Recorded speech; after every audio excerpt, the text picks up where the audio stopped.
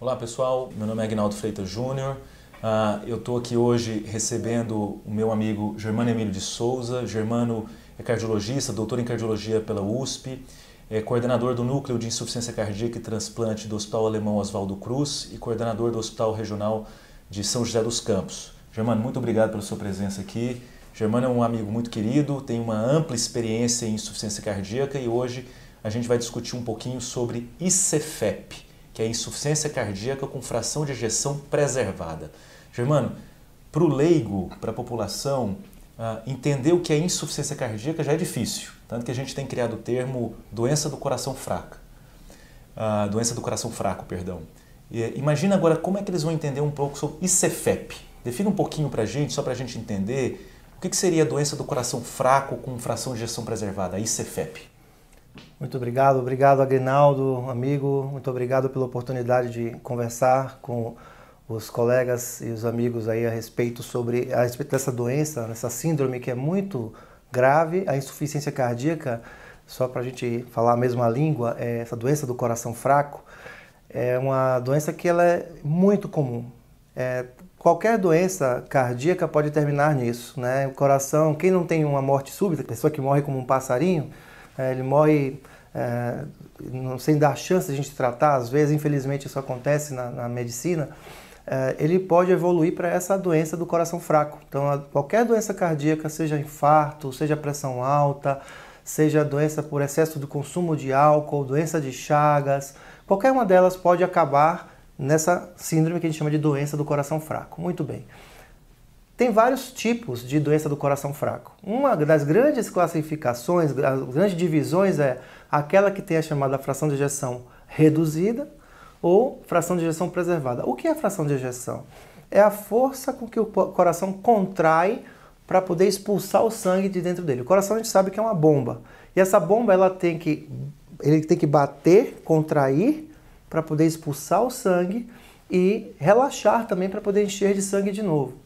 Então, na maior parte das vezes, a gente pensava sempre na insuficiência cardíaca, coração fraco, por causa da fraqueza do músculo do coração em expulsar esse sangue. Isso é o tipo chamado fração de ejeção reduzida. Mas o que a gente está discutindo hoje é um outro tipo de coração fraco que, na verdade, ele tem uma dificuldade não na contração, mas na hora de relaxar. Ih, Germano, mas complica isso, né? Mas é a mesma coisa ou não? Olha, tem muita coisa em comum, mas também tem muita diferença, tem muitas abordagens diferentes em termos de tratamento. Acredito que isso seja um ponto para a gente discutir aqui. Perfeito, perfeito. Muito bem explicado, Germano. Então, até onde tanto nós médicos como a população, agora entendendo um pouco mais sobre insuficiência cardíaca, tinha noção de que a insuficiência cardíaca era aquele coração grande e fraquinho, fino. E agora vem esse novo conceito da insuficiência cardíaca com fração de ejeção preservada, a ICFEP, onde o coração não é dilatado, ele é de tamanho normal ao raio-x ou ao ecocardiograma, ele ejeta o sangue bem, mas ele tem um relaxamento dificultado, né? Então, quais são os principais sintomas que essa doença, a ICFEP, dá e que o paciente ele tem que prestar atenção para saber, poxa, será que eu tenho essa doença? Me fala um pouco do que tipo de paciente é o paciente acometido pela ICFEP? Muito bom. Como eu falei, tem muita coisa em comum com o que tem fração de ejeção reduzida, ou seja, tanto o paciente que tem coração que não contrai bem, que não tem força para expulsar o sangue, quanto o que não relaxa muito bem, tem várias coisas em comum. Uma delas, e a mais importante dos sintomas, é falta de ar, dificuldade de respirar. Então, o mais comum é que os pacientes com coração fraco, eles começam a ter falta de ar. Primeiro, ao fazer esforços, antes o sujeito subia uma ladeira e não tinha nenhuma dificuldade. Depois ele começa a ter cansaço, falta de ar para fazer aquela mesma ladeira que ele sempre subiu. Isso é um primeiro sinal para a gente ficar de olho. E isso pode ir se agravando até o ponto em que muitos pacientes têm falta de ar em repouso para dormir. Alguns pacientes também têm dificuldade de dormir.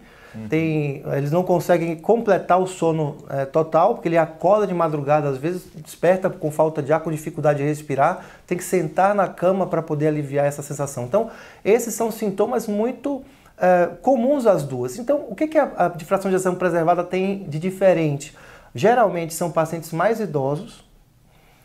Muitas vezes mulheres têm mais até do que os homens em termos numéricos. Pacientes geralmente têm pressão alta de longa data, tem às vezes uma arritmia que a gente chama de fibrilação atrial ou diabetes, né? Uma coisa importante também é quando a gente tem esse quadro de insuficiência cardíaca com fração de ejeção preservada, coração fraco, fração de ejeção preservada, a gente tem que afastar sempre doença do coração na parte de entupimento das artérias. Então esse é um ponto importante, porque às vezes quando a gente faz o eco, a fração de ejeção está normal, preservada, mas pode acontecer de ter escondido ali uma obstrução das artérias do coração, dos vasos do coração. Isso também tem que ficar no nosso radar. Perfeito. Então, na verdade, os pacientes com essa insuficiência cardíaca de coração de tamanho normal, a ICFEP, são os pacientes, na maioria das vezes, da nossa rotina, né? Aquele paciente que tem pressão alta, o paciente diabético, o paciente mais idoso. Então, é o idoso que tem um coração de tamanho normal e que cansa. Então, aquele paciente que tem pressão alta, que tem diabetes, que tem uma arritmia, com uma idade um pouquinho avançada, um sobrepeso, que tem um peso aumentado, esse paciente que tem cansaço para fazer as atividades do dia a dia, para subir uma escada, ou até mesmo cansaço em repouso, e um cansaço às vezes para agachar e calçar o sapato. Então, esse cansaço pode ser atribuído à insuficiência cardíaca, né, Germano? Pode. Como é que o paciente ele faz para saber, na sua visão, como é que ele faz para saber se ele tem a insuficiência cardíaca com fração de ejeção preservada, se ele tem a ICFEP? Será que ele está cansando pela doença, ele está cansando pelo sedentarismo? Porque às vezes o paciente cansa porque ele tem uma doença pulmonar, ele já foi ex-fumante, ele cansa porque ele tem a ICFEP, ele cansa porque ele é sedentário. Como é que faz, na sua visão, para a gente fazer esse diagnóstico? Não é um diagnóstico tão simples, mas como é que a gente pode direcionar o paciente? Sem dúvida que a ferramenta mais importante é o exame clínico. Então, a história que o seu médico, o seu cardiologista, o seu clínico vão fazer é que vai fazer diferença. Então, a história, a maneira como o médico relaciona esses sintomas, avalia todos esses detalhes, existem critérios, né, clínicos que o médico usa para saber se aquela falta de ar vem do pulmão, vem do coração, vem de mau condicionamento, vem de uma anemia, vem de uma depressão. Então, tem vários, que a gente chama de diagnósticos diferenciais, ou seja, é uma lista de possibilidades que o médico precisa fazer na sua cabeça, registrar isso também. E aí ele faz a anamnese, que é a história completa do paciente, o exame físico é extremamente importante e normalmente com a anamnese bem feita, o exame físico bem feito, nós temos esse diagnóstico presuntivo na maioria esmagadora das vezes. Em algumas situações, a gente precisa lançar mão de alguns exames complementares. O eletrocardiograma, geralmente na primeira consulta é feito, para a gente ter uma ideia, ajuda bastante. O raio-x de tórax também pode ser útil. O ecocardiograma é muito importante para fazer essa classificação. Daí vem aquela história de fração de ejeção preservada ou reduzida. Quem diz isso, quem bate o martelo, é o ecocardiograma. O diagnóstico do coração fraco é feito clinicamente. Mas a classificação em fração de ejeção preservada ou reduzida, somente com o eco a gente pode ter certeza disso. Também tem um exame de laboratório que em algumas situações também pode ser usado, chamado BNP. Quando a gente tem dúvida se a falta de ar vem do coração, vem do pulmão. Então isso é um dado importante, mas via de regra, para fazer da história longa curta, é o exame clínico do seu médico que vai fazer esse diagnóstico. Perfeito. Muito bem lembrado, Germano. Então isso lembra, mais uma vez, a importância de você sentar com o paciente, ouvi-lo, colher uma história clínica bem feita, examiná-lo dos pés à cabeça, né?